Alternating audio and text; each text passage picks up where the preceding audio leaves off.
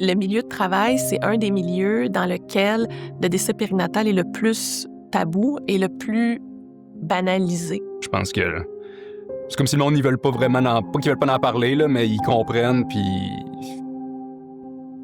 ils sont aidants là, avec tout ça. Là. On retourne au travail, puis il faut faire comme si de rien n'était. On continue notre petit train, puis donc ça, c'est un petit peu plus difficile, là, je trouve, le côté émotif de la chose. On a vu des femmes aussi qui vivaient une fausse couche le vendredi, qui se sont présentées au travail le lundi parce qu'ils ne voulaient pas en parler.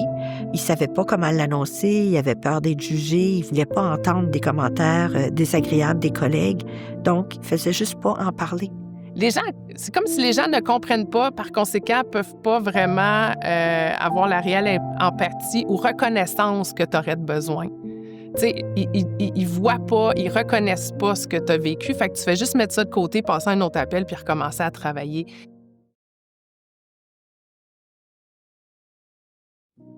Donc, il y a le fameux RQAP qui prévoit des semaines de congé de maternité pour la mère lorsque le décès survient à partir de la 20e semaine de grossesse. Par contre, lorsque le décès survient avant la 20e semaine de grossesse, il n'y a rien qui est prévu au niveau du RQAP. Ce qui va arriver dans le cas des fausses couches, c'est que souvent les parents vont être obligés d'aller chercher un congé de maladie.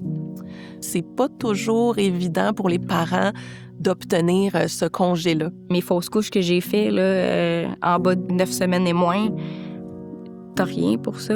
Si tu prends des congés, c'est à tes frais. Sinon, c'est un congé de maladie. Mais là, congé maladie, je sais pas si vous avez déjà fait une demande de congé maladie, là. T'as le temps de finir d'être malade puis de t'endetter pas mal avant d'avoir de quoi rémunérer pour payer tes comptes puis tout. Donc, tu sais, bien souvent, j'ai fait comme, là, j'attendrai pas 2 mois et demi pour... J'ai pas les moyens d'avoir 2 mois et demi pas de salaire ou de manquer 2 semaines de salaire puis d'être payé dans 3 mois. Là. Ce que les hommes nous ont beaucoup dit, c'est qu'ils n'ont pas le droit à un congé de deuil. Ils ont parfois des médecins qui vont leur donner un congé pour dépression, mais ça paraît pas très bien dans un dossier professionnel d'avoir un diagnostic de dépression, surtout si c'est pas ça que tu vis, que tu es en deuil, qui est un processus normal.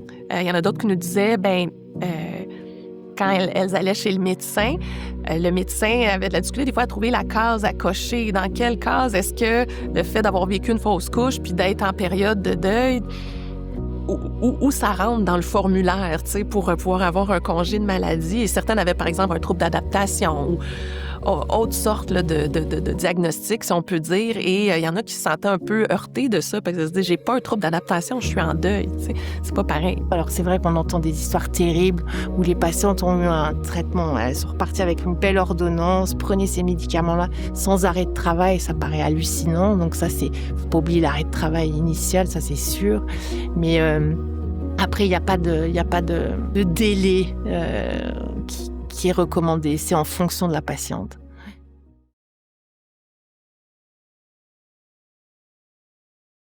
Moi, j'aurais pris plus. J'ai juste eu quelques jours, mais il m'aurait fallu au moins une semaine de congé pour dire que je suis apte à retourner travailler. Physiquement, moi, j'ai pas eu tant souffert, mais surtout émotionnellement. Parce que quelques jours, mais c'est des jours de congé où c'est que t'as, dans le fond, les congés de maladie ou des sans solde. C'est pas vraiment des journées qui te sont payées, là. Donc, je me retrouvais avec 3 semaines de congé. Mais pendant la 2e semaine, je me sentais coupable de pas être au travail. C'est comme... j'accordais presque plus d'importance à mon travail qu'à mon deuil. Puis c'est un sentiment étrange. Avec du recul, je me dis que j'aurais pu prendre les 3 semaines parce que cette semaine-là, finalement, m'a rattrapée plus tard dans l'année scolaire. J'ai vécu des difficultés émotives, des difficultés d'humeur. J'ai l'impression d'avoir tourné la page trop rapidement. Oui, j'aurais dû prendre le temps. Mais il y avait, c'est ça, un syndrome d'imposteur de ne pas être au travail, puis de me recroqueviller sur moi-même. Je suis une personne fière, je suis une personne qui aime bien faire, une personne qui aime être compétente. Puis on dirait que je me suis pas laissé le droit de vivre cette émotion-là. J'avais de la difficulté avec le fait de me sentir faible, vulnérable. Ouais, c'était comme un sentiment d'échec. Alors que finalement, t'es hors de notre contrôle, cette situation-là. Là. Ouais. Mais au fur et à mesure que les mois s'écoulaient, je sentais une préoccupation à ce que je revienne au travail plus rapidement. Puis éventuellement, c'est ce qui m'a poussé à retourner travailler, même si je me sentais pas prêt à retourner travailler. Puis c'est quelque chose que j'ai regretté par la suite, parce qu'il a fallu que je requitte, puis encore plus longtemps, pour être prêt, pour me sentir plus stable. Je suis quelqu'un qui vit les choses un peu des fois à retardement. On dirait que ça me prend du temps à assimiler les choses puis les vivre complètement. Puis c'est un peu ça qui m'est arrivé avec ça. Je pensais être prêt à retourner travailler et je ne l'étais pas. Donc, c'est ça, j'ai peut-être été arrêté pendant quelque chose comme 8 mois au total, là, avant de retourner travailler complètement. Souvent, au début, quand les parents reviennent au travail, on voit qu'il y a plus de difficultés de fonctionnement. Puis après, tu sais, 1 mois ou 2 après, ça va mieux. Puis après, quand on arrive 6, 7 mois plus tard, des fois, on a un petit creux de vague où là, ça rediminue. Donc ça peut être associé à certaines phases de deuil qu'on va vivre qui peuvent être associées des fois à des événements significatifs, comme par exemple, c'est la date prévue de la naissance de l'enfant. On a entre autres un père qui nous avait fait ce témoignage-là, qui disait « Je suis au travail, tout va bien, ça continue, puis un moment donné, je frappe un mur. » Mais c'est pas arrivé tout de suite après. Donc, dans un monde idéal, ce qui serait merveilleux, c'est que ces congés-là puissent être disponibles, mais qu'ils soient aussi flexibles pour pouvoir être pris au moment où ils sont le plus importants.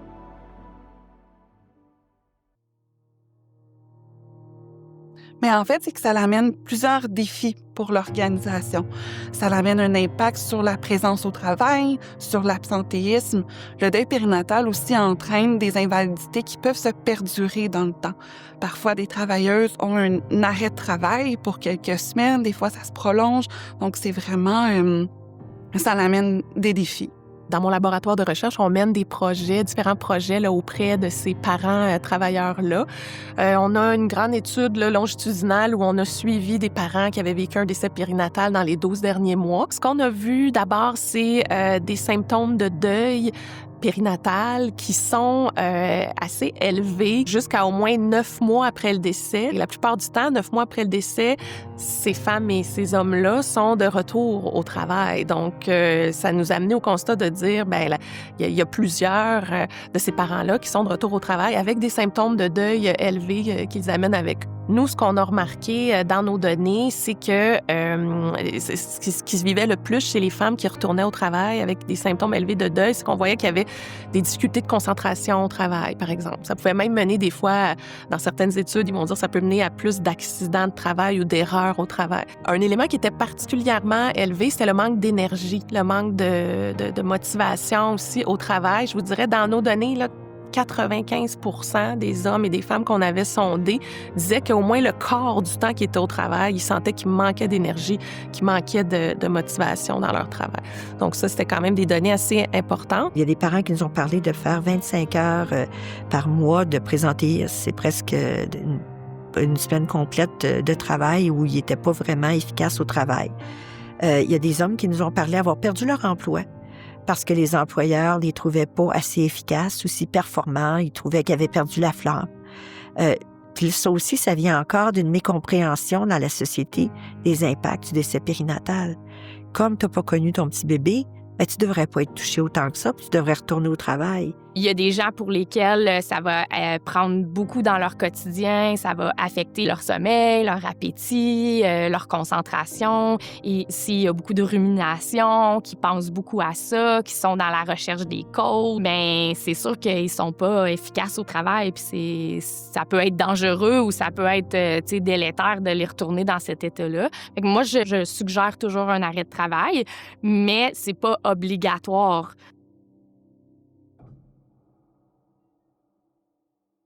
De façon large, le retour au travail, ça peut se passer de façon très variée d'une personne à l'autre aussi. Parfois, il y a des travailleurs qui vont avoir des ententes un peu à l'amiable avec leur employeur, où leur patron va leur dire, bien, écoute, prends le reste de la semaine en congé, on va s'arranger autrement, tout ça. Ça, c'est très informel. La loi ne prévoit pas ça. Donc, pour le moment, il n'y a pas de ligne directrice claire sur ce que les employeurs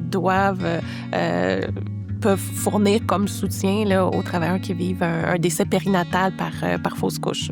Et puis on revient et pas d'aménagement de tâches, pas de prise en charge pour qu'on puisse travailler dans de bonnes conditions. On s'attend à la même productivité. L'émotion, en fait, est difficile à gérer dans un milieu professionnel. Mais je sens que les gens savent peut-être pas quoi dire autour de nous. Puis en même temps, je les comprends parce que même moi, ayant vécu des fausses couches, si quelqu'un m'annonce qu'il a fait une fausse couche, je sais pas plus comment réagir non plus encore maintenant. Je me dis, c'est d'être présent. Mais des commentaires, quoi dire, c'est difficile, je trouve, parce que chaque personne prend ça différemment. Donc, moi, je sentais que les gens autour, au travail, je sentais qu'il y avait de la difficulté à aborder le sujet avec moi.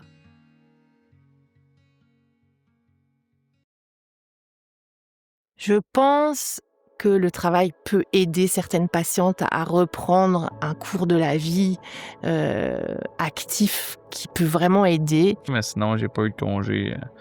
J'en ai pas pris. Fait que non, moi, j'ai juste continué à travailler. Je pense que ça m'a aidé peut-être à comme surmonter ça plus que comme de rester comme... À la même c'est peut-être du déni, mais tu sais, moi, je vois ça que comme, tu sais, on change les idées, puis ça permet de comme faire une patch. J'avais besoin de me retrouver, moi, Amélie, en tant que femme et en tant que professionnelle aussi, et non juste en tant que maman endeuillée. Donc ça m'a vraiment fait du bien. Mais la vérité, c'est que j'ai pas eu de congé, vraiment. Il n'y a jamais eu d'arrêt. Là. Puis,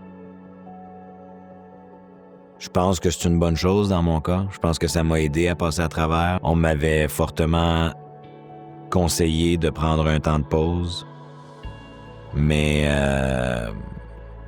non, je suis retourné. Moi, j'avais un congé de maternité, vu que j'étais rendue à terme, et que j'ai pas pris beaucoup. J'avais besoin de me changer les idées.